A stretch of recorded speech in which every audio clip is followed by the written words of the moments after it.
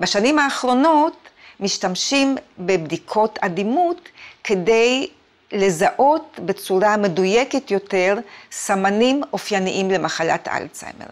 ניתן לעשות דבר זה על ידי עיבוד ממוחשב של פרמטרים ב-MRI.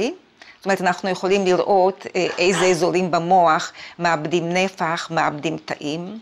ניתן לראות איזה אזורים במוח פעילים פחות, בדרך כלל, ובמיוחד כאשר אנחנו מבצעים כל מיני מטלות קוגניטיביות, לטכניקה כזאת קוראים FMRI, ובשנים האחרונות ניתן גם להבחן במיפויי מוח ממוחשבים, דבר שקרוי PET-CT או PET-MRI, נגעים מוחיים שאופייניים למחלת האלצהיימר.